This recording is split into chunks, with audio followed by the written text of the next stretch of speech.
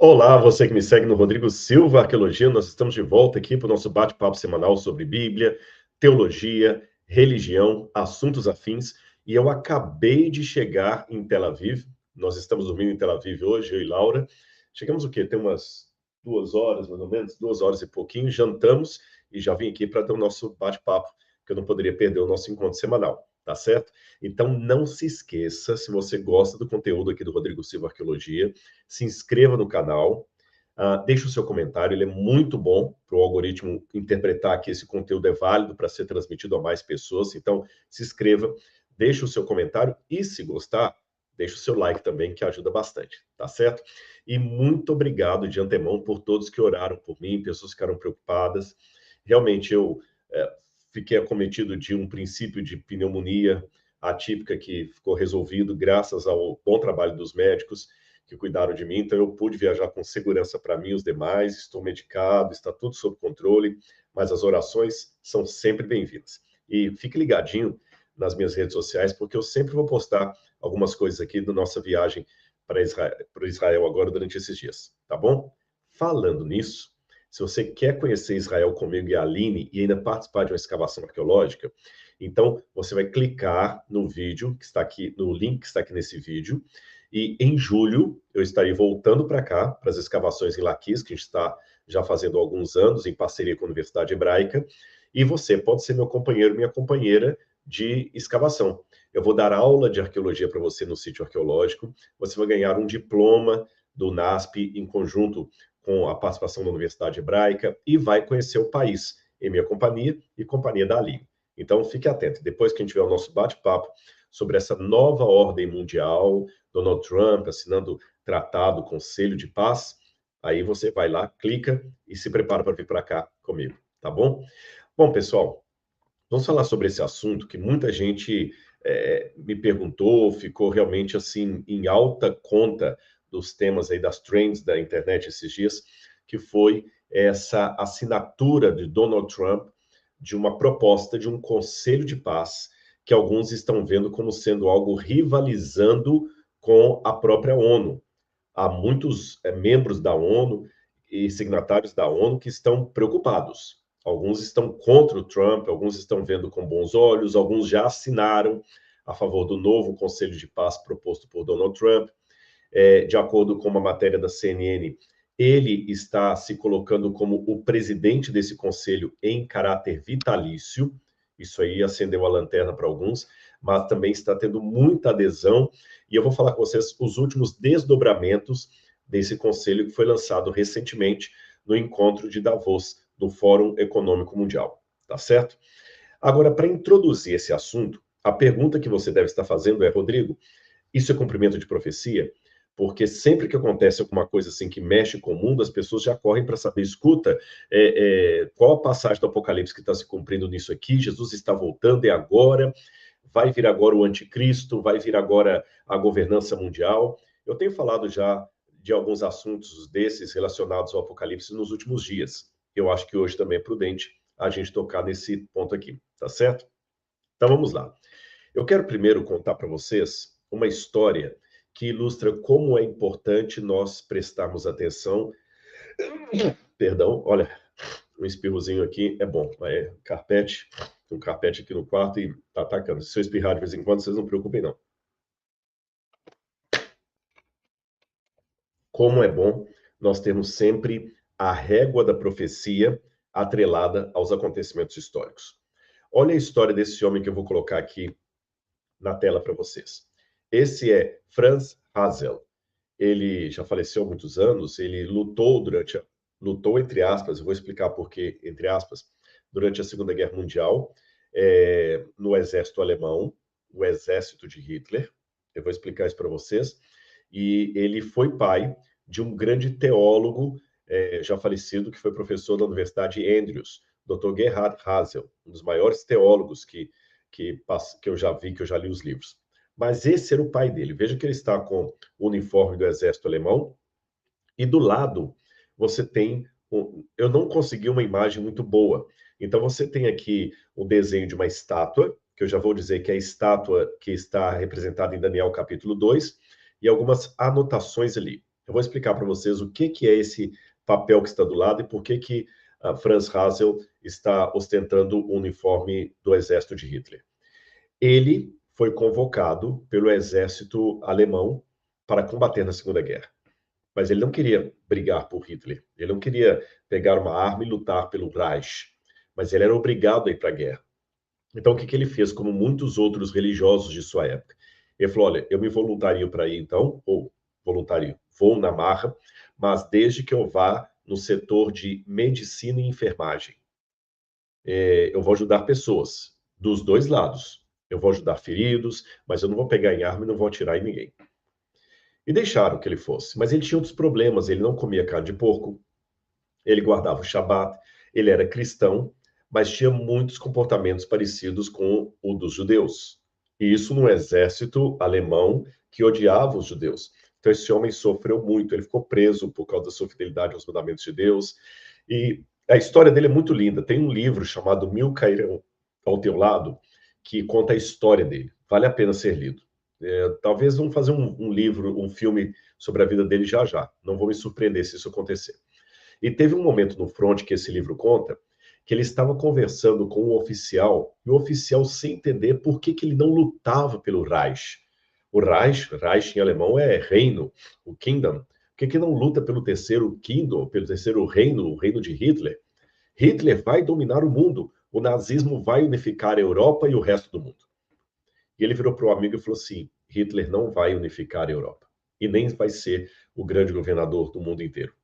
E o amigo falou: mas como? Veja o que está acontecendo. Já ocupamos a Alemanha, já ocupamos a França, já fizemos acordo com a Itália, com Mussolini, já estamos invadindo territórios da União Soviética. Então, o Franz Hassel disse para o amigo: mas não é isso que a profecia falou. Que profecia? Aí Franz Hassel tirou, Franz Hassel, ele tirou do bolso um pequeno livrinho, do tamanho de um celular assim, e nesse livrinho estava aquela foto da estátua de Daniel capítulo 2, que é uma profecia que vale a pena ser conhecida. Se você não conheceu ainda, estude Daniel capítulo 2. E se você quiser que eu fale um dia sobre esse tema aqui, é só você pedir nos comentários que eu vou falar. E ele começou a mostrar que Deus apresentou para o rei Nabucodonosor um sonho que foi interpretado por Daniel, indicando quais seriam os reinos que haveriam de dominar até a segunda vinda de Cristo.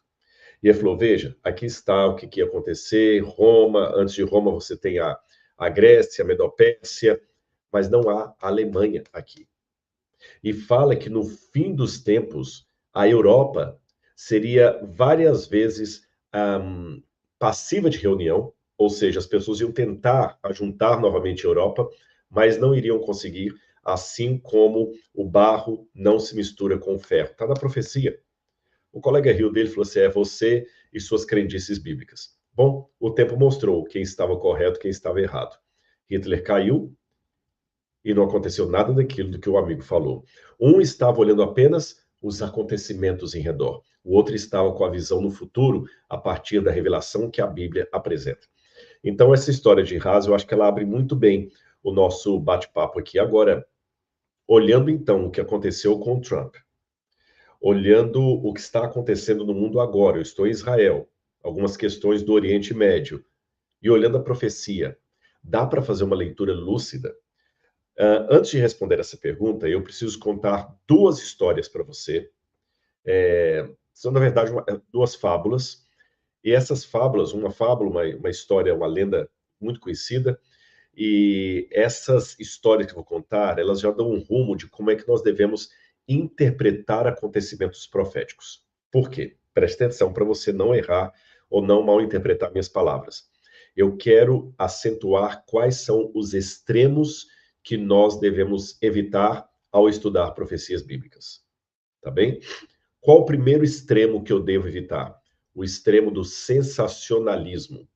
Você já ouviu falar nessa fábula de Esopo, o menino e o lobo, que depois alguns até confundiram, eu mesmo já fiz essa confusão com a história de Pedro e o lobo, embora a história Pedro e o lobo é outra história, essa que o menino e o lobo é parecida com Pedro e o lobo, mas essa aqui é uma fábula mais antiga, uma fábula de Esopo, da época grega, e ela contava de um menino que todos os dias ele gostava de ficar na montanha, cuidando das ovelhas dele, e um dia, para brincar com as pessoas que moravam na vila, logo abaixo da montanha, o menino gritou assim: Vem o lobo! Vem o lobo! E todo mundo saiu correndo, desesperado, procurando cadê o lobo, cadê o lobo, cadê o lobo? E daqui a pouquinho o menino ria lá em cima de uma pedra, porque não tinha lobo nenhum, ele só estava brincando, pregando uma peça.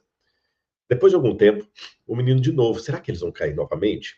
E ele arriscou: veja o lobo! E todo mundo saiu correndo, e ele dá aquela risada e o pessoal sai chateado, xingando: menino, não brinque com isso. E a história de Esopo conta que ele brinca algumas vezes com essa questão: vem aí o lobo. Até que, assim termina a fábula, um belo dia o lobo veio de verdade.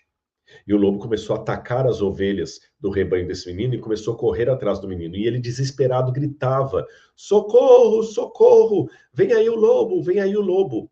Porém, todos na vila, na aldeia, continuavam seus afazeres calmamente, pensando: mais uma brincadeira sem graça daquele menino. E a história termina de maneira trágica, você pode imaginar como. Então, essa era uma maneira que os antigos tinham, desde a época grega, de ensinar para as crianças o perigo de mentir com coisa séria. Ou, usando uma palavra atual, sensacionalismo. Todas as vezes que nós começamos a dar sensacionalismo demais, qualquer novo presidente que surge nos Estados Unidos, qualquer novo papa, qualquer novo líder mundial, qualquer novo político, agora o anticristo vai ter, isso cria em muitas pessoas a sensação de olha aí o lobo, olha aí o lobo. E o dia que isso for de verdade, ninguém mais vai acreditar. Então, cristãos que são apegados a sensacionalismo fazem, perdoe-me a sinceridade, um grande desserviço à causa do evangelho. E eu fico muito triste quando eu vejo diferentes sites, sem querer ser melhor do que ninguém, de intérpretes da Bíblia, que sempre é clickbait, é sensacionalismo, é agora, vai sair, e a pessoa mostra e tudo mais. Não é bom, não é assim que a coisa deve ser, tá certo? Então, ao analisar acontecimentos, como que nós vamos analisar hoje à luz da profecia, vamos evitar sensacionalismos. Ficou bem claro isso? Ok. Agora, lembra que eu falei de extremos. E não se resolve um extremo criando outro. Você não vai curar uma pessoa de hipotermia colocando dentro em meio do deserto do Saara. Você vai só trocar um extremo por outro, correto? Você vai trocar um frio absurdo por um calor também que mata. Então, se num extremo você tem esse apavoramento do sensacionalismo, anunciando coisas que não acontecem, ou marcando uma certa data, ainda que indireta, para a volta de Jesus, nossa, esse aqui é o último Papa. Bom, o Papa tem tantos anos, ele vai viver mais. Então, Jesus volta desde 10 anos. Cuidado com isso. Se tem esse extremo para um lado que deve ser evitado, tem um outro extremo para o outro lado, que é o extremo do comodismo. De nada é nunca nada. Você conhece a história do cavalo de Troia? Por isso que eu falei que ia contar um mito e uma fábula. O mito do cavalo de Troia ilustra esse outro extremo do qual eu quero chamar a atenção de vocês. Vocês conhecem a história do cavalo de Troia, que era um cavalo bonito que os troianos, que os gregos deixaram na porta da cidade de Troia, um cavalo de madeira, e os cidadãos inadvertidos da cidade abriram os portões para receber o presente grego, puseram o cavalo de Troia lá dentro, e naquela noite dançaram, festejaram, beberam, quando estavam bem alegres com o vinho, dentro daquele cavalo que era oco, havia vários soldados inimigos que entraram e mataram todos na cidade. A história de Troia mostra que os cidadãos da cidade foram várias vezes advertidos com seriedade por pessoas que sabiam do perigo dos gregos. Laconte, por exemplo, dizia: desconfio dos gregos, principalmente dos presentes que eles trazem. Isso antes do cavalo aparecer. Cassandra era uma mulher dita profetisa da época, e ela várias vezes mostrou através de oráculos que os gregos viriam atacar a cidade. Mas você vê que o povo ficou acomodado. Então é um comodismo somado a uma arrogância que não permite ver sinais concretos quando eles aparecem. Então, se por um extremo você tem pessoas sensacionalistas que ficam vendo cumprimento profético em tudo, ele fica analisando a Bíblia sempre com o jornal na mão e a Bíblia no outro, é um teólogo de almanaque, sabe? É a Bíblia aqui e o jornal ali. Tem esse extremo, mas tem aquele outro extremo de pessoas que não estão percebendo o que está acontecendo. Vamos para a Bíblia Sagrada. Jesus deixou bem claro duas passagens bíblicas que eu vou colocar na tela aqui, que ilustram como devemos evitar esses dois extremos. Errei aqui, pronto, voltando. A primeira é a passagem que está em Mateus capítulo 24, verso 5, e agora Mateus capítulo 24, verso 6. Mateus capítulo 24, verso 5, quando Jesus fala dos acontecimentos últimos, ele diz: Jesus respondeu: Vede que ninguém vos engane, e certamente ouvireis falar de guerras e rumores de guerras. Vede, não vos assusteis, porque é necessário assim acontecer, mas ainda não é o fim. Essa passagem de Jesus, ela é uma advertência contra os sensacionalistas. Pessoas que tudo que acontece é uma guerra, e agora é o fim. É um terremoto, e agora é o fim. Você viu um terremoto? Há um maremoto que aconteceu, agora é o fim. Há um tsunami, agora é o fim. Jesus falou, calma, essas coisas são o princípio das dores. Não é o fim ainda. Cuidado. Vede que ninguém vos engane. Agora, para advertir do outro extremo, do extremo do comodismo, nós lemos do que está em 2 Pedro, capítulo 3, versículo 4, onde Pedro fala de pessoas que viriam nos últimos tempos dizendo: Onde está a promessa da sua vinda? Porque desde que os pais dormiram, todas as coisas permanecem como desde o princípio da criação. 2 Pedro 3, verso 4. Ou seja, essa passagem de Pedro, ela reflete o sentimento de muitas pessoas hoje. Ah, guerra sempre teve, terremoto sempre teve, acordo de paz sempre teve, e de fato sempre teve. No Museu de Istambul tem um tratado de um armistício de Ramsés II, datado do século 13 a.C. Se você for também ao Museu Britânico, você tem ali um cilindro de Ciro, que também era um tratado de paz da época da Pérsia, do sexto século antes de Cristo. Guerra também tem desde a época de Abraão, violência também. Mas cuidado para não cair no extremo de, não é nada, meu Senhor tarde vem, como diz o mau servo da parábola de Jesus. Então, com esses dois extremos bem definidos, e espero eu, bem evitados, o extremo do comodismo e do sensacionalismo, vamos ver o que aconteceu recentemente e qual a leitura sóbria barra profética que nós podemos ter desses últimos acontecimentos. Vamos lá. Essa é uma das manchetes. Há várias, mas eu peguei exatamente do site da Casa Branca. O presidente Trump ratifica o Comitê de Paz numa cerimônia histórica, abrindo o caminho da esperança e dignidade para os cidadãos de Gaza. Olha que curioso, o Trump aproveitou justamente o Fórum Econômico de Davos e ali ele anunciou um Conselho de Paz. O motivo principal desse Conselho de Paz, segundo Trump, é ajudar a reconstruir a região de Gaza. E ele colocou algumas normas. Primeiro, para que qualquer país seja participante desse Conselho de Paz, tem que pagar a bagatela de US$ 1 bilhão. US$ 1 bilhão. Porque é com esse dinheiro que ele vai ajudar a reconstruir Gaza. O único que foi convidado e foi dispensado de pagar US$ 1 bilhão foi o Vaticano.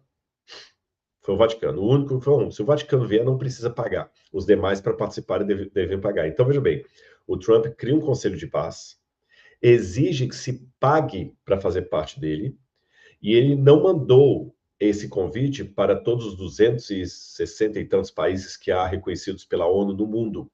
Ele mandou apenas para 50 países, inclusive o Brasil. E desses 50 países, eu vou mostrar para vocês daqui a pouquinho, pelo menos 35 haviam assinado a petição dele para fazer parte do Comitê de Paz ou do Conselho de Paz, de acordo com o site da CNN. E me chamou a atenção que desses 35 países que assinaram favoráveis, mandaram para 50. 35 falaram, eu participo, e já assinaram, já se comprometeram. Os outros 15 que não assinaram, não é que negaram definitivamente. Só o presidente da Bielorrússia que falou, não, não quero, esse camarada ele está dominando o mundo, e países como a Dinamarca, a França e alguns países membros da OTAN demonstraram preocupação, especialmente porque esse novo Conselho de Paz parece competir com a ONU. Então, eles têm medo de enfraquecer a ONU, que na verdade já está sem moral há muito tempo, e fortalecer esse Conselho de Paz, tendo Donald Trump como o principal presidente em cargo vitalício. Isso foi uma coisa que me chamou a atenção das pessoas. Agora, a proposta de reconstruir Gaza, ela é interessante. E não apenas isso. Donald Trump diz que esse é o começo de uma nova época para, letra A, limpar o Oriente Médio de terrorismo, letra B, reconstruir o Oriente Médio, que está sempre atacado por guerras, a começar por Gaza, e, em terceiro lugar, me chama a atenção que vários países muçulmanos, como Bahrein, por exemplo, a Turquia assinaram o tratado concordando. Os Emirados Árabes assinaram, e os Emirados Árabes, só a quantidade de dinheiro que eles têm por causa do petróleo e outras cositas más, chama atenção. E ainda outro detalhe, houve vários países que não foram convidados por Trump para fazer parte desse Conselho de Paz e apresentaram um pedido para serem incluídos. A lista ainda está sendo atualizada, são os dados que eu tenho até aqui. Você deve estar perguntando, e o Brasil? O Brasil, o presidente Luiz Inácio Lula da Silva, com seu comitê, falou que precisa de mais tempo para amadurecer a proposta, se aceitam ou não, mas já fizeram coro ao questionamento da França e de outros, que esse conselho é perigoso porque ele parece ser um rival, um competidor em relação à ONU. E, evidentemente, que há razões políticas e ideológicas também para a negação. Agora, será que isso vai para frente? Será que vai prosperar esse tratado de Donald Trump? Vamos admitir, o camarada, ele realmente é, assim, audacioso. Olha essa foto que emblemática.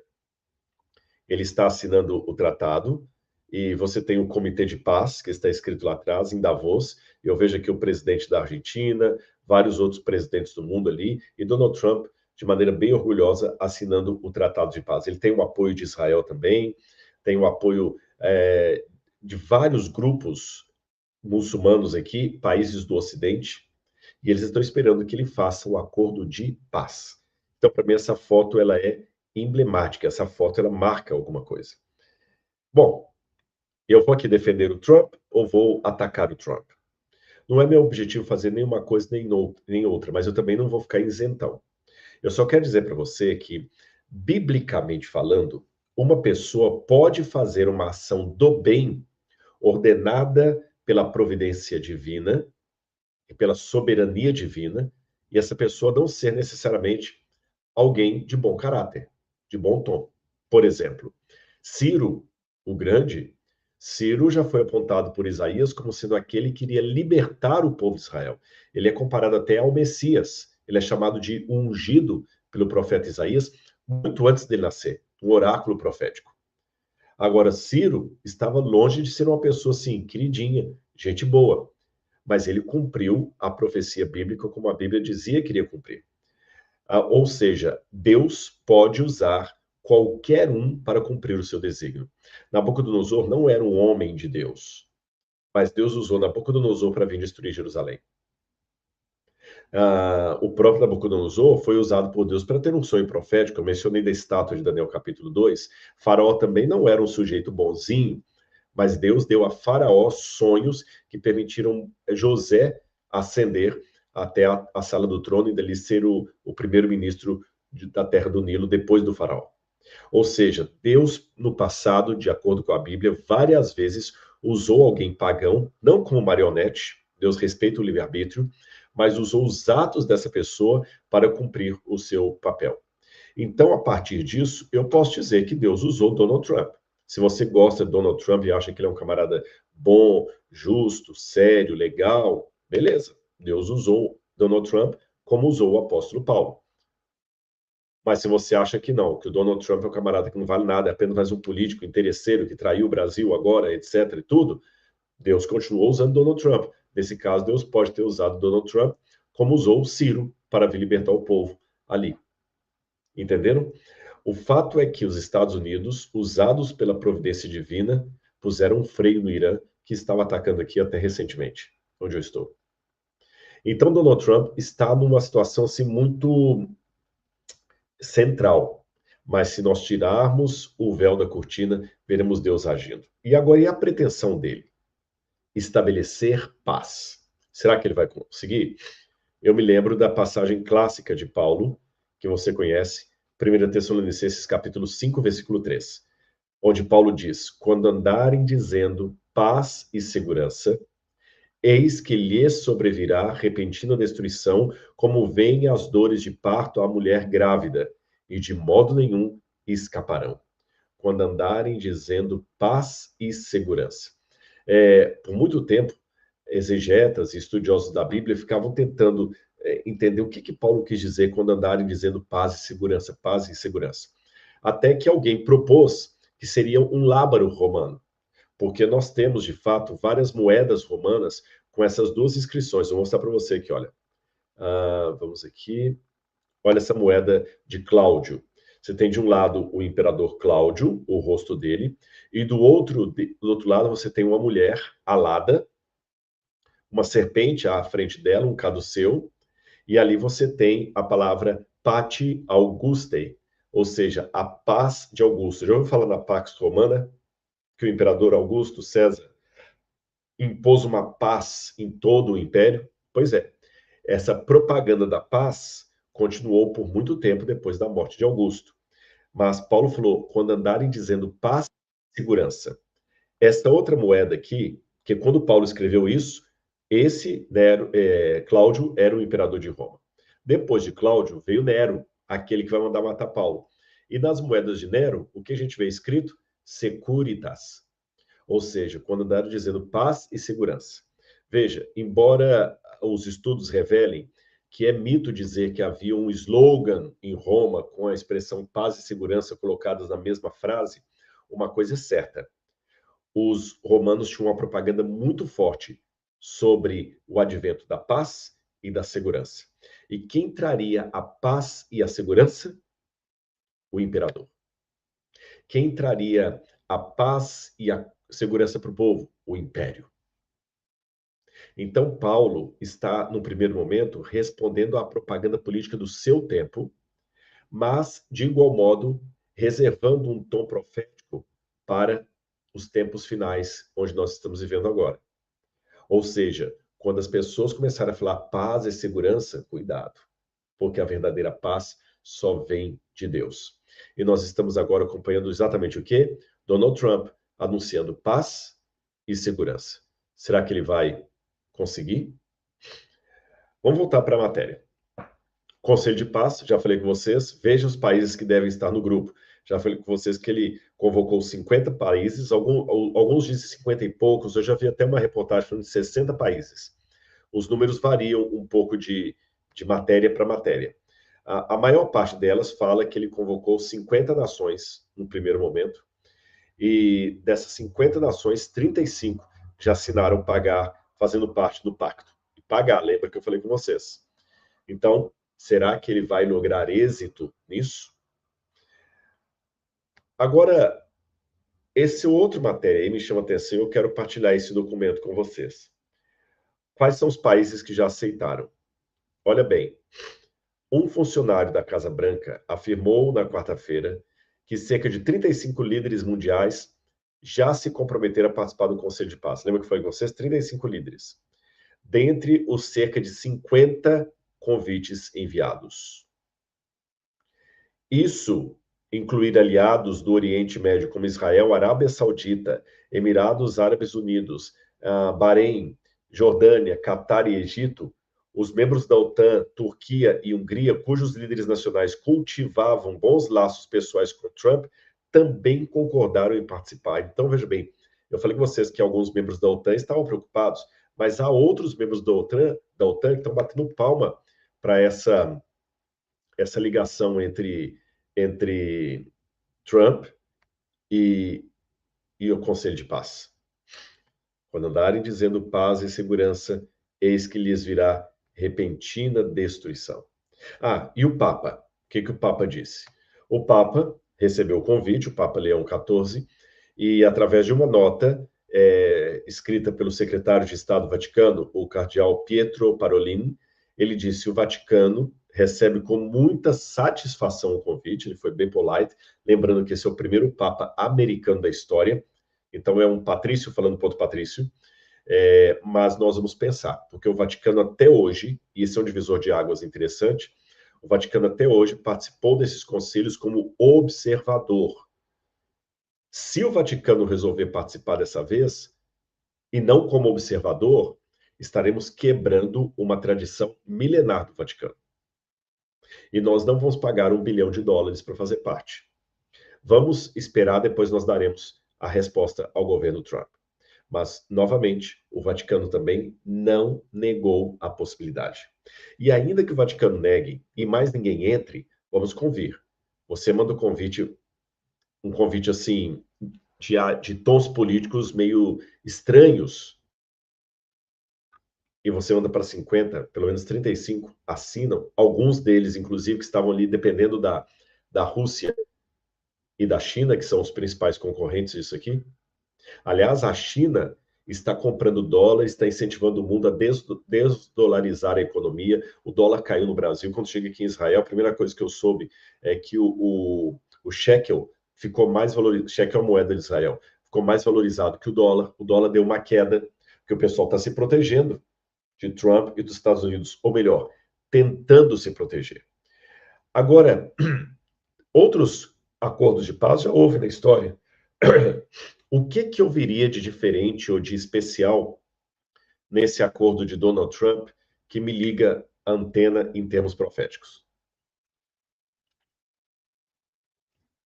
Você lembra qual foi o principal motivo do Conselho de Paz que ele propôs? Eu falei há pouco tempo atrás.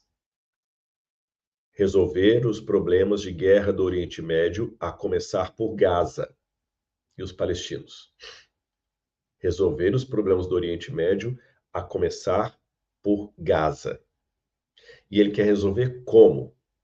Fazendo uma união entre Oriente e Ocidente. Eu vou colocar no mapa mundi aí, vocês vão ver. Essa linha que está no meio é o que divide o mundo entre parte oriental e parte ocidental. Agora, por exemplo, aqui, eu estou no Oriente, que eu estou em Israel. Vocês aí no Brasil ou em outras partes desse hemisfério esquerdo, vocês estão no Ocidente. E um dos grandes problemas hoje é unificar Oriente e Ocidente. Inclusive, há livros que falam que alguns radicais do Oriente, o objetivo deles é exterminar o Ocidente. Porque tudo que nós temos de cultura, música, valores e até religião é considerada de segunda linha e perigosa por alguns grupos radicais, por exemplo, muçulmanos do Oriente. E um grande desafio que Donald Trump tem no colo, e se ele conseguir, é algo que todo mundo aplaude de pé, é unir política, econômica e militarmente o Oriente e o Ocidente. Isso não é fácil. Vários tentaram e não conseguiram. E ao longo da história, aqui começa a desenhar uma coisa interessante, vários países que cresceram a ponto de serem mencionados profeticamente na Bíblia, eles têm como característica principal e semelhante o fato de que eles uniram dois grandes blocos independentes ou interdependentes.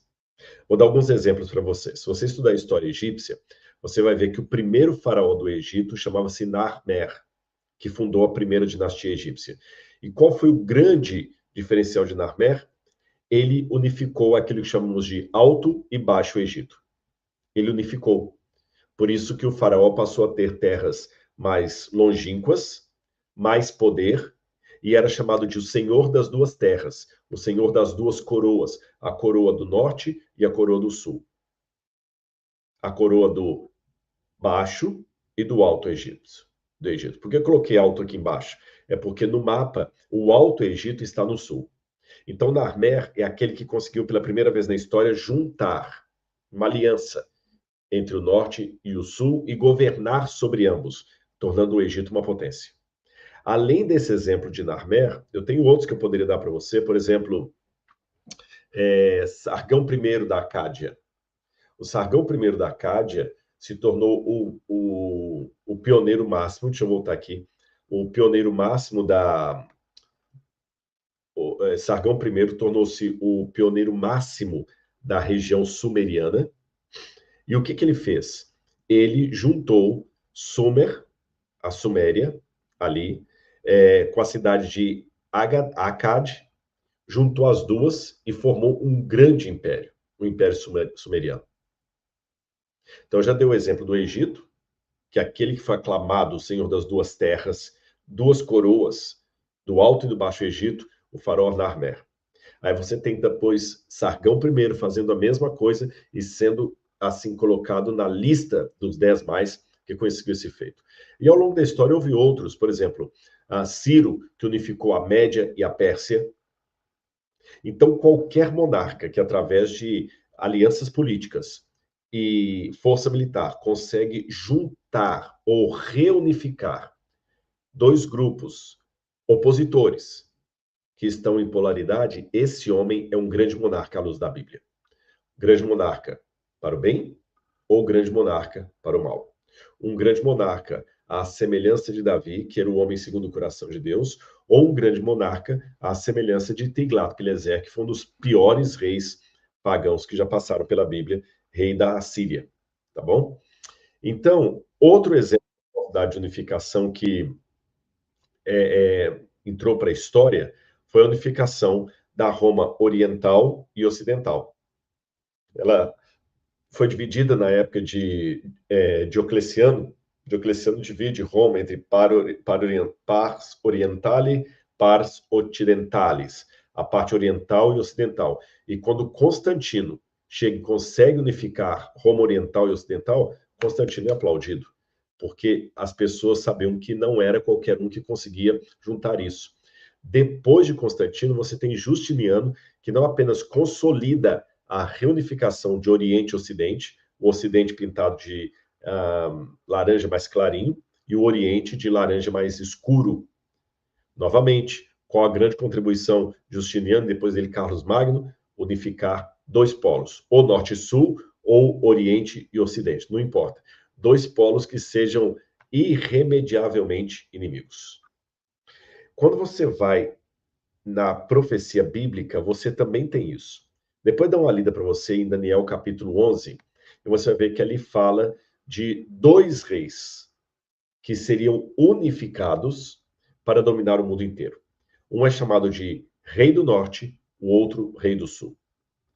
Deixa eu voltar aqui. Quais os pontos em comuns de todos esses elementos que eu dei para vocês? Eu falei dos sumerianos, eu falei do Egito, eu falei da Pérsia, eu falei de Roma.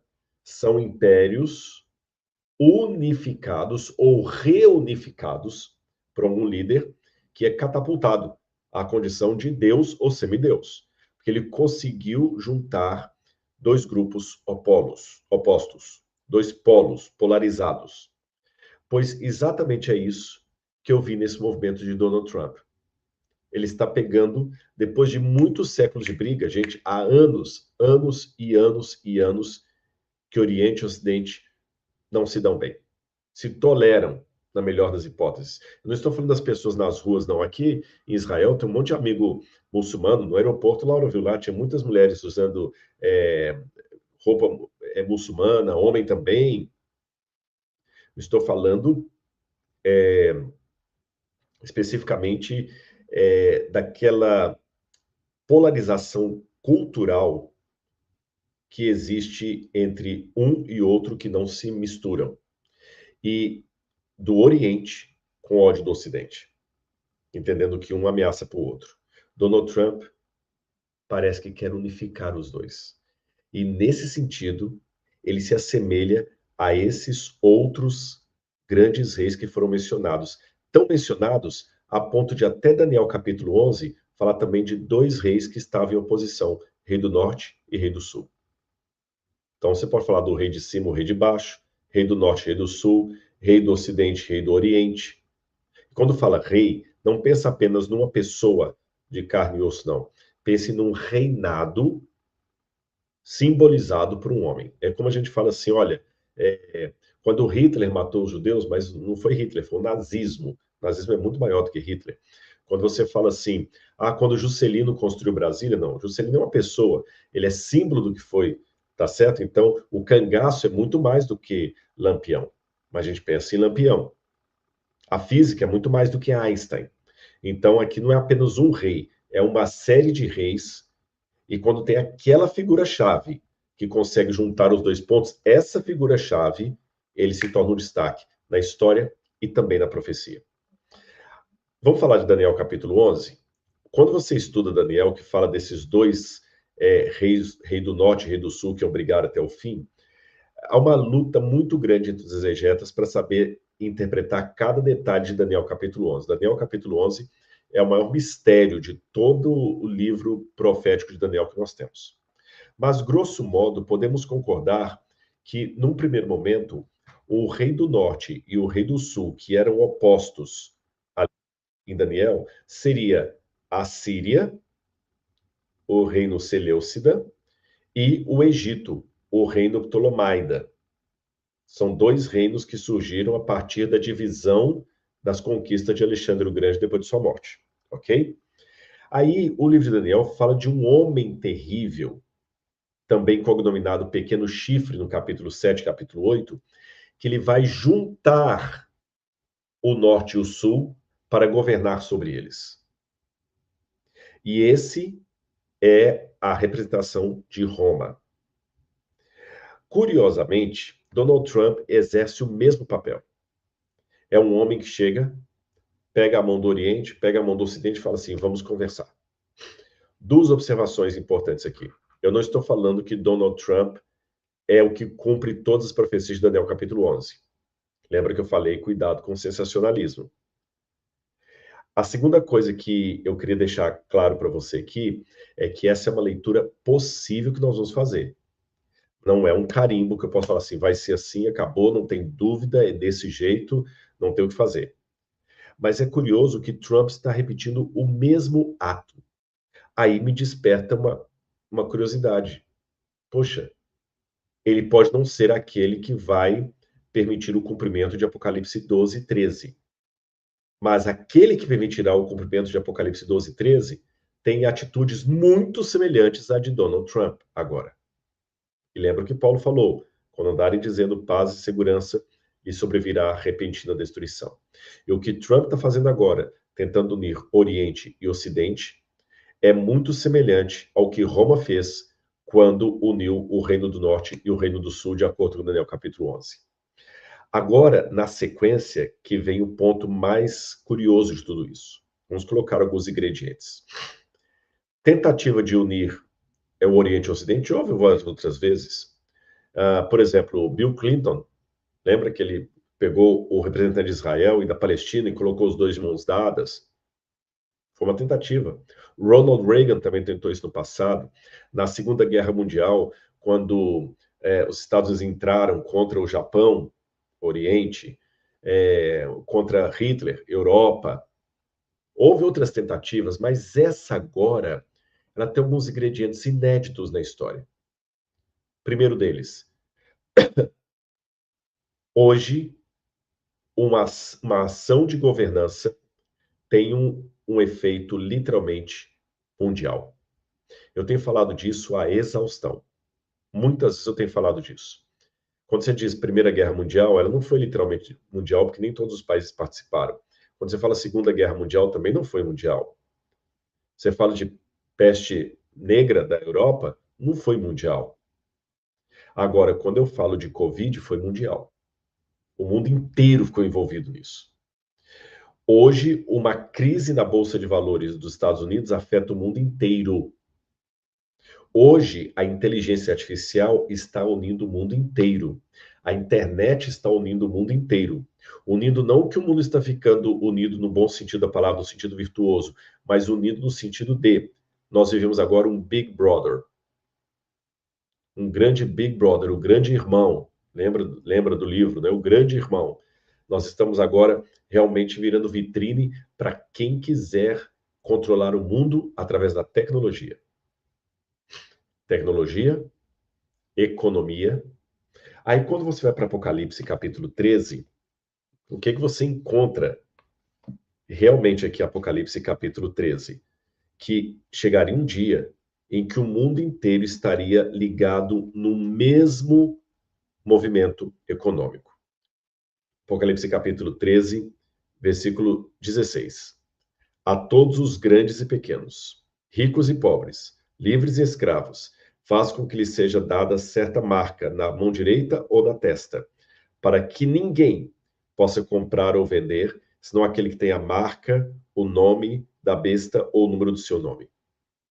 Ou seja, o que essa passagem está me dizendo assim, de maneira bem clara, sem ficar falando, a besta é Hitler, é Napoleão Bonaparte, é o marinheiro Popeye? Haverá uma espécie de regulamentação econômica em nível mundial. Como é que cumpria isso na época de João? Porque mesmo tendo o Império Romano por toda parte, mas havia povos que não faziam parte do Império Romano. Concorda comigo? Hoje não. A regulamentação econômica para funcionar tem que ser literalmente do mundo inteiro. E é justamente essa questão de, abro aspas, economia mundial que estava sendo tratada em Davos quando Trump propõe aquele projeto ali. Em meio a uma discussão de um fórum econômico. Proposta de paz, unir Oriente e Ocidente, chamando até o Papa para participar, e vários aderindo. É uma hegemonia que tem muita semelhança com o que a Bíblia diz que vai acontecer. Será que é agora no tempo do Trump? Não sei. Mas um alerta eu posso deixar com você. Além daquele conselho de evitar o sensacionalismo por um lado e o negacionismo por outro, comodismo, eu vou colocar mais um conselho aqui. Preste atenção. Se qualquer tipo de lei ou governo que surgir, ou governança, se preferir, para ser mais técnico, venha até você, obrigando você a descumprir os mandamentos de Deus. Por que eu estou dizendo isso? Em que pese as várias discussões sobre interpretação apocalíptica e tudo mais, uma coisa é fato. Quando você lê Apocalipse 12, 13 e 14, à luz de passagens como 1 Tessalonicenses, que Paulo fala do homem de iniquidade, do filho da perdição, 2 Tessalonicenses, aliás, capítulo 5, ou quando você vai para o livro de João, onde ele fala do anticristo que haveria de vir ao mundo, etc., e as suas características, uma coisa fica muito clara. O grande nó ético espiritual dos últimos tempos será a adoração a Deus, ao Deus verdadeiro, e a fidelidade aos mandamentos de Deus. O Apocalipse, quando fala de tudo isso, ele repete várias vezes essa importância da fidelidade aos mandamentos. Por exemplo, Apocalipse capítulo 12, versículo 13. O dragão, Apocalipse 12, verso 17. O dragão ficou irado contra a mulher e foi travar guerra contra o restante da descendência dela, ou seja, os que guardam os mandamentos de Deus e têm o testemunho de Jesus. Você vai para o capítulo 14, fala a mesma coisa. Aqui está a perseverança dos que lutam contra a besta, aqueles que guardam os mandamentos de Deus e têm a fé de Jesus. Você vai para a carta de João, a primeira carta de João, lembrando que João é o mesmo autor do Apocalipse, no capítulo 2, fala do anticristo, que seria formado por ex-crentes. Eu estava falando com um amigo esses dias, ele disse, mas o anticristo não será a inteligência artificial?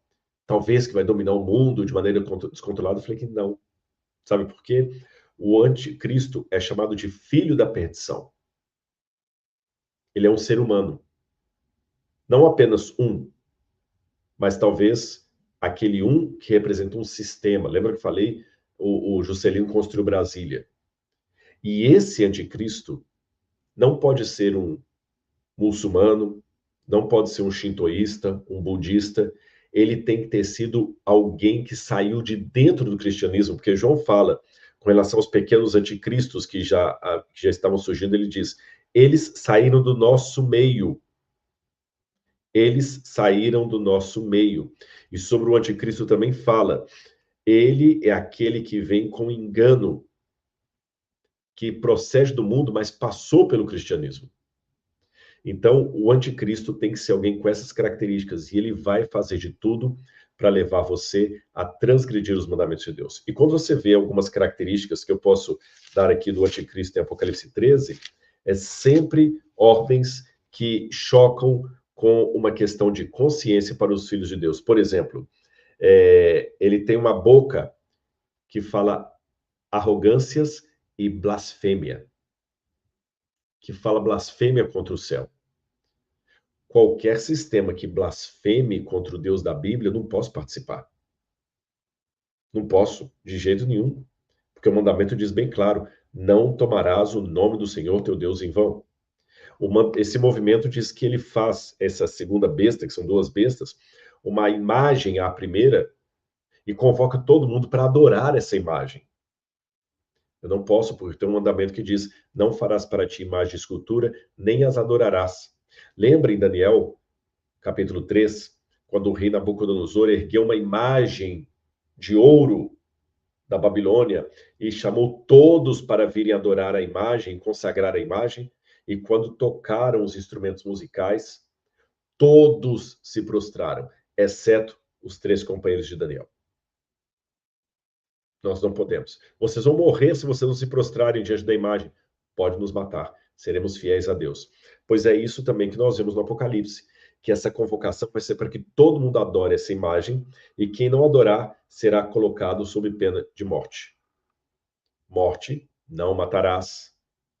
E outras passagens que eu poderia mencionar. Ou seja, o Apocalipse está repleto de ações do anticristo que mostram duas coisas: que ele vai querer ser adorado no lugar de Deus, e que ele vai estabelecer leis, no plural, que dificultem o povo de Deus a ser fiel.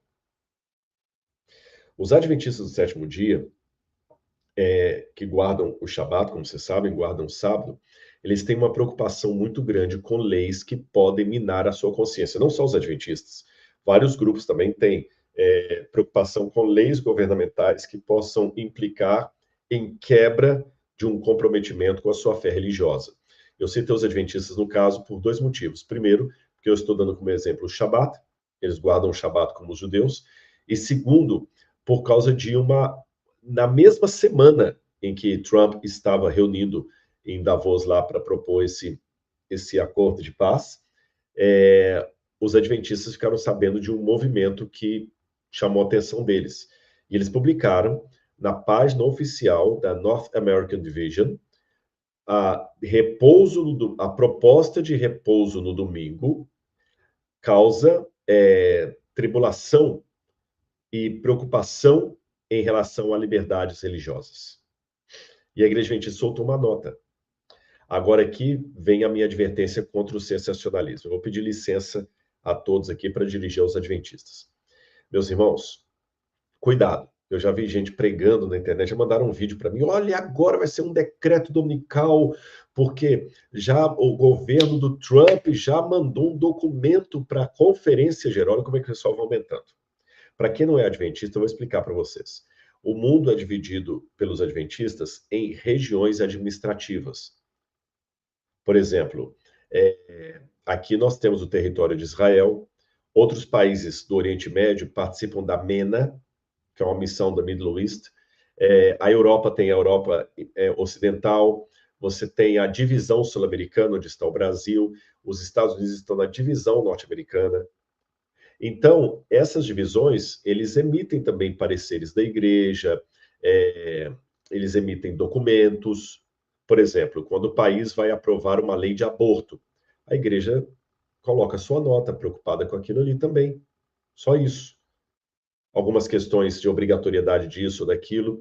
E como saiu esse pedido para o governo americano considerar a proposta de uma lei dominical nacional, unificando o dia religioso de guarda no domingo e levando todo mundo a adotar esse dia para o bem dos Estados Unidos, os adventistas soltaram uma nota, a divisão norte-americana. Isso é a verdade. Agora, olha o exagero. Disseram que foi o governo Trump que mandou uma carta para a Conferência Geral dos Adventistas, quer dizer, o mais alto comitê adventista, e que a igreja falou para o governo Trump: não vamos ceder. Então, o decreto contra os adventistas está começando. Cuidado com o sensacionalismo. Olha o lobo, olha o lobo. Ninguém mandou nada para a igreja adventista. A igreja adventista não recebeu carta nenhuma. O que aconteceu foi que advogados da North American Division viram esse pedido junto ao governo americano. Então a igreja lançou uma nota até muito lúcida, uma nota dizendo que os adventistas acreditamos que para que haja liberdade religiosa, em primeiro lugar, religião deve estar separada de política e do Estado. Mundo que está lá na nota dos adventistas. Para que haja liberdade religiosa, deve-se permitir que quem guarde o domingo, guarde o domingo. Quem guarda a sexta-feira, que guarde a sexta-feira. Quem guarde o sábado, que guarde o sábado. E não estabelecer um dia único para todo mundo. Porque se você coloca um dia único para todo mundo, você está cerceando a liberdade daquele que quer adorar a Deus num dia diferente daquele. É nisso que consiste a nota dos adventistas. Tá certo? Então, cuidado com o sensacionalismo. Agora, é bom saber também que houve várias outras tentativas dos Estados Unidos de emplacarem uma lei dominical nacional. E nenhuma delas vingou até hoje. Você teve, acho que em 1848, se eu não me engano, tem que checar a data, Thomas Blair, não confunda com o britânico lá, Thomas Blair, que era um senador americano, propôs uma lei para que as leis dominicais regionais se tornassem leis nacionais. E a coisa não passou. Nos Estados Unidos, especialmente no estado de Massachusetts, ali na Nova Inglaterra, tem as chamadas Blue Law. Blue Law são leis dominicais nacionais, regionais. Porque como quem começou ali em Nova Inglaterra eram aqueles puritanos do nariz azul, que deram origem muito dos Amish, relacionados aos Amish, por exemplo, aos Quakers, povo muito religioso, aqueles que vieram a bordo do Mayflower em 1620. Então eles colocavam as leis religiosas de maneira severa ali naquela colônia de Plymouth. Então a primeira lei dominical nos Estados Unidos aconteceu em 1611, antes mesmo do Mayflower chegar. Quando Plymouth Colony falou: aqui, por força de lei, ninguém deve trabalhar no domingo. E outras colônias americanas adotaram isso. Domingo é dia de todo mundo, por força de lei, ir para a igreja. Mas outras colônias não adotaram isso. E os estados que se constituíram depois do atual Estados Unidos da América, muitos estados não têm isso. Sabe que na América tem leis que valem para um estado, mas não valem para outro. E há leis que estão lá no papel, mas ninguém... Então, por exemplo, em Boston, Boston, Ulster, várias cidades ali da região da Nova Inglaterra, tem Maine, no estado do Maine também, tem lei dominical. Há uma curiosidade para você. Lembra daquele sorvete chamado Sunday? Pois é, o Sunday tem esse nome que até é escrito de maneira diferente. Fala Sunday como Sunday de domingo em inglês, mas escreve diferente. Por quê? Já que era proibido no domingo tomar sorvete, vendedores de sorvete, para não transgredirem a lei e ao mesmo tempo não perderem o faturamento do domingo, que era quando as crianças mais consumiam sorvete, criou o Sunday, um sorvete especial que só era vendido no domingo. Pagava fora do domingo, mas entregava no domingo. Aí surgiu o Sunday. Então não é só o brasileiro que tem jeitinho de transgredir leis, não. Na América também acontece isso. Agora, nenhuma dessas leis regionais foi transformada em lei nacional. O que houve, e agora mais uma vez houve, são grupos organizados, ONGs como Lord's Day Alliance e outros mais que eu podia mencionar, mas grupos minoritários, não chegam nem a ser um partido político, que pedem ao governo, de vez em quando, olha, pega essas leis dominicais estaduais ou regionais e transforme, senhor presidente da República, numa lei nacional para todos os Estados Unidos. Mas isso ainda não aconteceu. Então, o que aconteceu agora? foi mais um desses grupos minoritários pedindo à Casa Branca, ou nem foi a Casa Branca, pedindo, no caso, ao Congresso, para viabilizarem estudar a ideia de tornar aquela lei dominical que existe, regional, numa lei para todo o país. E a Igreja Adventista, com seu Departamento de Liberdade Religiosa, colocou uma notinha: olha, se vocês fizerem isso, vocês vão prejudicar minorias como nós, que não guardamos o domingo. Agora, se você entende que o sábado faz parte da lei de Deus, a observância de um outro dia que não o sábado, com força de lei, pode ser algo, e eu acredito que vai ser, na época de Apocalipse 13, que vai colocar em xeque a sua fidelidade ou não às coisas de Deus. E mais uma vez eu estou falando agora para os adventistas. Aí eu quero ver quantos dentre nós vamos continuar sendo adventistas mesmo, porque é muito fácil ser adventista enquanto ninguém está me proibindo de guardar o Shabat. Mas e se amanhã o camarada falar o seguinte: olha, ou você trabalha dia de sábado ou vai passar fome? Eu vou ser fiel à minha fé ou eu vou vender a minha fé? Todo mundo que guarda o sábado deve pensar nisso. É muito fácil hoje bater no peito e falar: não, eu sou adventista do sétimo dia. Mas e o dia em que houver uma lei proibindo você de guardar o sábado? Lembra que eu falei do Franz Hasel? Aquele camarada ficou preso no exército alemão lá porque ele recusou a fazer uma coisa de sábado lá que mandaram para ele. E nós temos vários outros casos aí de adventistas que foram presos porque foram fiéis à guarda do sábado conforme a sua consciência se o determinava. Em contrapartida, outros que cederam. E se você está falando assim: ah, Rodrigo, mas eu não sou adventista, eu não ligo para isso. Mas você liga para a Bíblia, não liga? Pois é. E se o governo der outro tipo de mandamento que também vá contra a sua consciência? Porque não é só o sábado. Ele transgride vários mandamentos da lei de Deus. Tanto é que quando eu estava lendo para vocês aqui do anticristo, que é descrito na primeira carta de João como sendo um apóstata, fala que aqueles que vão vencer o anticristo, eles são caracterizados por quê? Por aquele que guarda os mandamentos de Deus. Então, eu vou dar um exemplo. Suponhamos que você é um juiz de paz. Você é um juiz de paz. E você conhece a norma bíblica do casamento.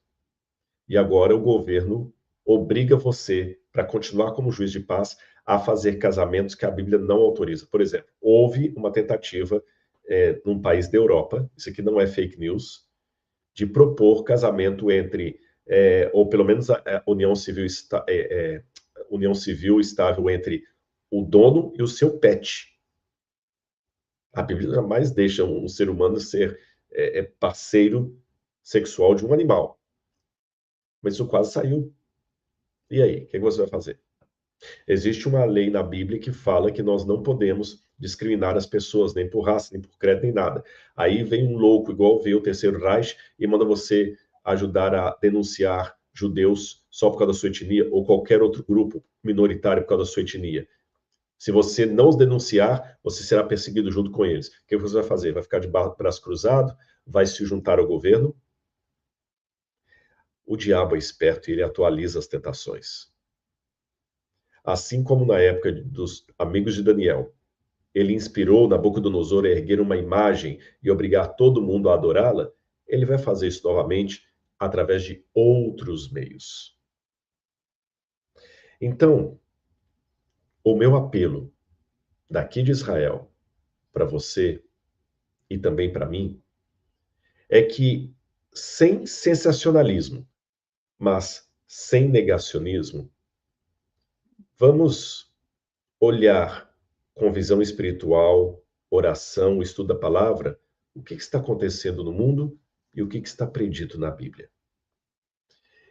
E peça a Deus em oração para deixar bem claro para você quais são as coisas que você deve ou não deve fazer se quiser agradar a Deus. Porque importa obedecer a Deus a obedecer aos homens. Eu sou fiel ao meu Estado, ao meu governo, ao meu país. Eu quero ser um bom cidadão, porque isso faz parte da caminhada cristã. Pedro falou isso. Devemos ser bons cidadãos. Devemos respeitar as autoridades constituídas. Devemos orar pelas autoridades constituídas, mesmo que eu não goste da autoridade constituída. Quando Pedro escreveu isso, a autoridade constituída era Nero, um crápula. E mesmo assim, Pedro falou: orem. Quando Jeremias disse que o povo ia para o cativeiro, Jeremias falou assim: quando vocês estiverem lá no cativeiro, orem pela paz, pela prosperidade da cidade onde vocês estiverem. Então, é meu dever ser um bom cidadão. Agora, quando a minha postura de bom cidadão se chocar com a minha consciência, com a minha fidelidade a Deus, você sabe que atitude deve tomar, mesmo que isso lhe custe a própria vida. Porque foi graças a homens e mulheres que não se venderam e que aceitaram o martírio que esse livro chegou até aqui. Ó. Porque se eu posso ler esse livro em liberdade para você hoje, é porque no passado alguns morreram por ele quando ele era proibido. Pense nisso.